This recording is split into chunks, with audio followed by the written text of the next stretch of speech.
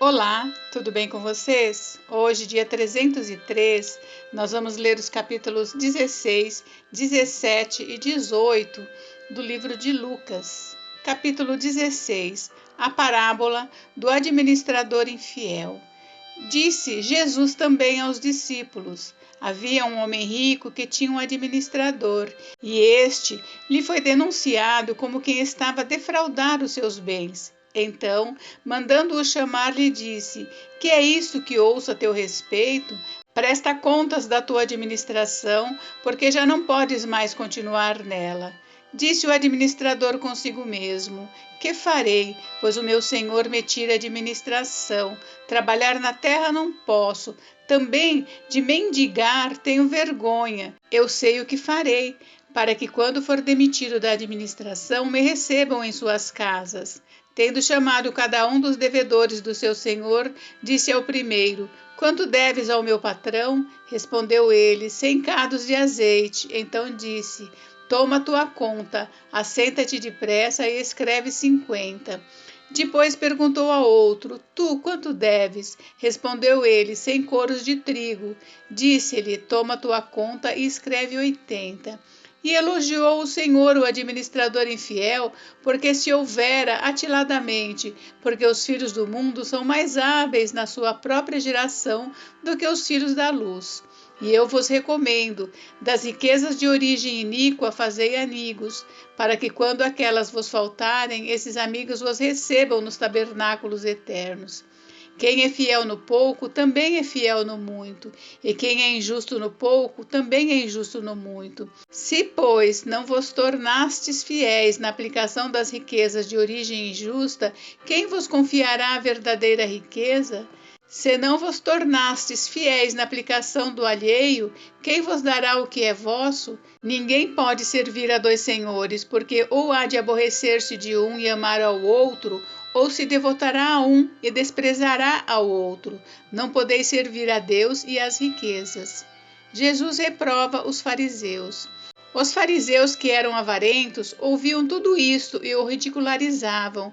Mas Jesus lhes disse: Vós sois os que vos justificais a vós mesmos diante dos homens, mas Deus conhece o vosso coração. Pois aquilo que é elevado entre homens é abominação diante de Deus. A lei e os profetas vigoraram até João. Desde esse tempo vem sendo anunciado o evangelho do reino de Deus, e todo homem se esforça por entrar nele. E é mais fácil passar o céu e a terra do que cair um tio sequer da lei. Acerca do divórcio. Quem repudiar sua mulher e casar com outra, comete adultério, e aquele que casa com a mulher repudiada pelo marido também comete adultério. O rico e o mendigo. Ora, havia certo homem rico que se vestia de púrpura e de linho finíssimo, e que todos os dias se regalava esplendidamente. Havia também certo mendigo, chamado Lázaro, coberto de chagas, que jazia à porta daquele, e desejava alimentar-se das migalhas que caíam da mesa do rico, e até os cães vinham lamber-lhe as úlceras. Aconteceu morrer o mendigo e ser levado pelos anjos para o seio de Abraão. Morreu também o rico e foi sepultado.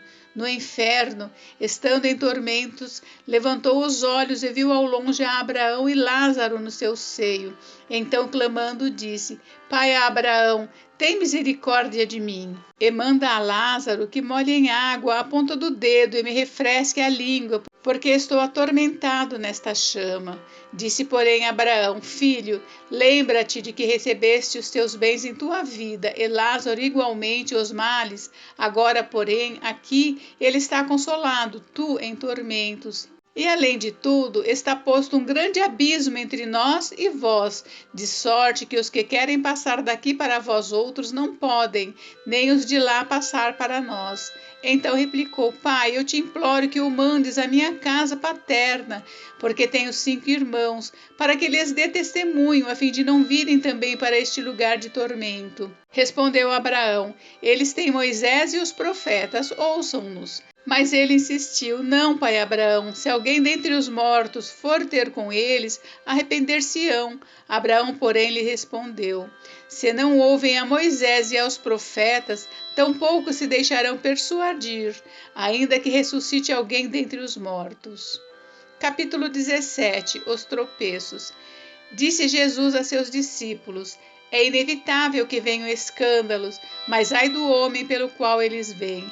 Melhor fora que se lhe pendurasse ao pescoço uma pedra de moinho e fosse atirado no mar do que fazer tropeçar a um destes pequeninos.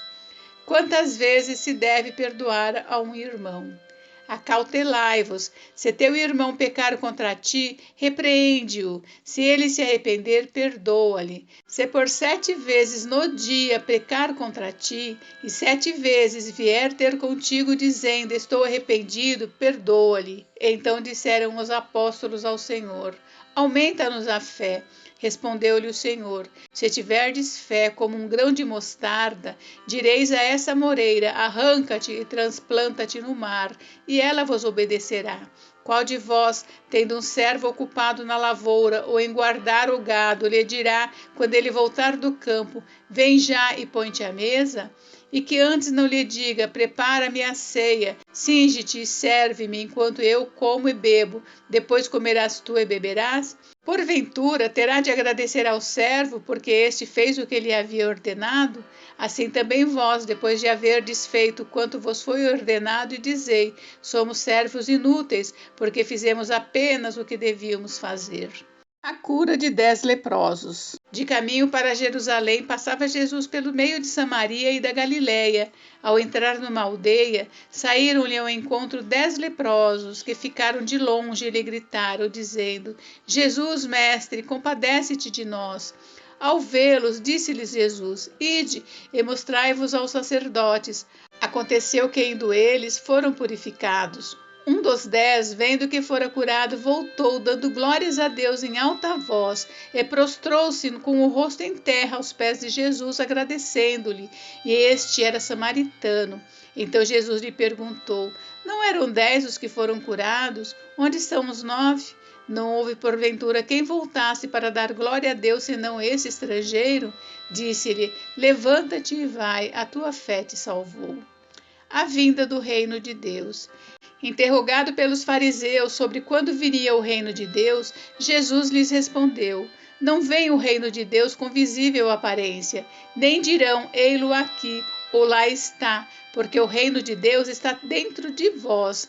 A seguir, dirigiu-se aos discípulos, virá o tempo em que desejareis ver um dos dias do Filho do Homem, e não o vereis, e vos dirão, ei-lo aqui, ou lá está, não vades, nem os sigais, porque assim como o relâmpago fuzilando brilha de uma a outra extremidade do céu, assim será no seu dia o Filho do Homem. Mas importa que primeiro ele padeça de muitas coisas e seja rejeitado por esta geração. Assim como foi nos dias de Noé, será também nos dias do Filho do Homem. Comiam, bebiam, casavam e davam-se em casamento, até ao dia em que Noé entrou na arca e veio o dilúvio e destruiu a todos. O mesmo aconteceu nos dias de Ló. Comiam, bebiam, compravam, vendiam, plantavam e edificavam, mas no dia em que Ló saiu de Sodoma, choveu do céu fogo e enxofre e destruiu a todos. Assim será no dia em que o Filho do Homem se manifestar. Naquele dia, quem estiver no eirado e tiver os seus bens em casa, não desça para tirá-los. De igual modo, quem estiver no campo, não volte para trás. Lembrai-vos da mulher de Ló. Quem quiser preservar a sua vida, perdê-la-á. E quem a perder, de fato, a salvará. Digo-vos que naquela noite 2 estarão numa cama, um será tomado e deixado o outro. 2 mulheres estarão juntas moendo, uma será tomada e deixada a outra. 2 estarão no campo, um será tomado e outro deixado. Então lhe perguntaram, onde será isso, Senhor? Respondeu-lhes, onde estiver o corpo, aí se ajuntarão também os abutres. Capítulo 18. A parábola do juiz iníquo. Disse-lhes Jesus uma parábola sobre o dever de orar sempre e nunca esmorecer. Havia em certa cidade um juiz que não temia a Deus, nem respeitava homem algum. Havia também naquela cidade uma viúva que vinha ter com ele, dizendo: Julga a minha causa contra o meu adversário. Ele por algum tempo não a quis atender, mas depois disse consigo: Bem que eu não temo a Deus, nem respeito a homem algum. Todavia, como esta viúva me importuna, julgarei a sua causa para não suceder que por fim venha molestar-me. Então disse o Senhor: Considerai no que diz esse juiz iníquo.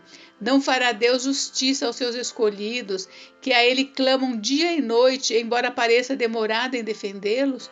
Digo-vos que depressa lhes fará justiça. Contudo, quando vier o Filho do Homem, achará porventura fé na terra? A parábola do fariseu e o publicano.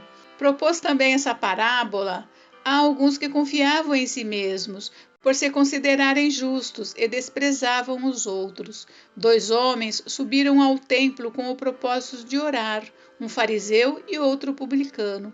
O fariseu, posto em pé, orava de si para si mesmo desta forma: Ó Deus, graças te dou, porque não sou como os demais homens, roubadores, injustos e adúlteros, nem ainda como este publicano. Jejuo 2 vezes por semana e dou o dízimo de tudo quanto ganho. O publicano, estando de pé, longe, não ousava nem ainda levantar os olhos ao céu, mas batia no peito, dizendo: Ó Deus, sê propício a mim, pecador.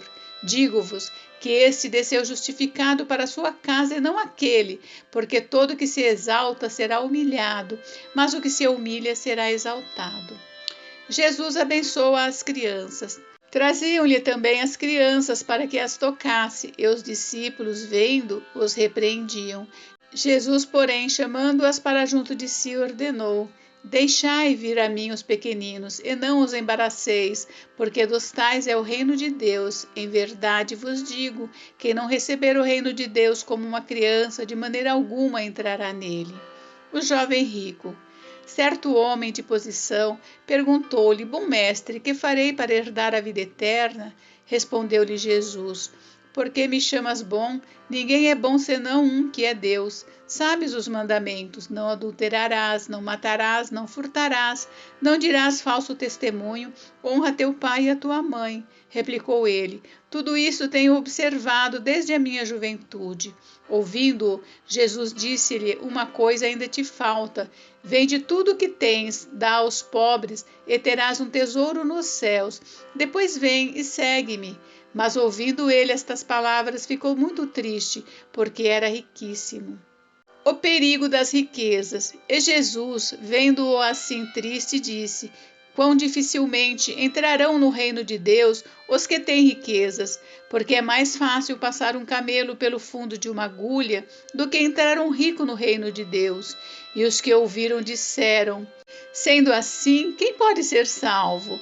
Mas ele respondeu: Os impossíveis dos homens são possíveis para Deus. E disse Pedro: Eis que nós deixamos nossa casa e te seguimos. Respondeu-lhes Jesus: Em verdade vos digo que ninguém há que tenha deixado casa, ou mulher, ou irmãos, ou pais, ou filhos, por causa do reino de Deus, que não receba no presente muitas vezes mais e no mundo por vir a vida eterna. Jesus outra vez prediz a sua morte e ressurreição. Tomando consigo os 12, disse-lhes Jesus: Eis que subimos para Jerusalém, e vai cumprir-se ali tudo quanto está escrito por intermédio dos profetas, no tocante ao Filho do Homem. Pois será ele entregue aos gentios, escarnecido, ultrajado e cuspido, e depois de o açoitarem, tirar-lhe-ão a vida, mas ao terceiro dia ressuscitará. Eles, porém, nada compreenderam acerca destas coisas, e o sentido dessas palavras era-lhes encoberto, de sorte que não percebiam o que ele dizia. A cura do cego de Jericó. Aconteceu que, ao aproximar-se ele de Jericó, estava um cego assentado à beira do caminho pedindo esmolas. E, ouvindo o tropel da multidão que passava, perguntou o que era aquilo. Anunciaram-lhe que passava Jesus o Nazareno. Então ele clamou: Jesus, filho de Davi, tem compaixão de mim. E os que iam na frente o repreendiam para que se calasse. Ele, porém, cada vez gritava mais: Filho de Davi, tem misericórdia de mim. Então parou Jesus e mandou que lhe trouxessem. E tendo ele chegado, perguntou-lhe: Que queres que eu te faça? Respondeu ele: Senhor, que eu torne a ver. Então Jesus lhe disse: Recupera a tua vista, a tua fé te salvou. Imediatamente tornou a ver e seguia-o, glorificando a Deus. Também todo o povo, vendo isto, dava louvores a Deus. Gente, encerramos por hoje, mas amanhã tem mais, tá? Fiquem com Deus, Deus abençoe vocês. Até amanhã, beijos, beijos.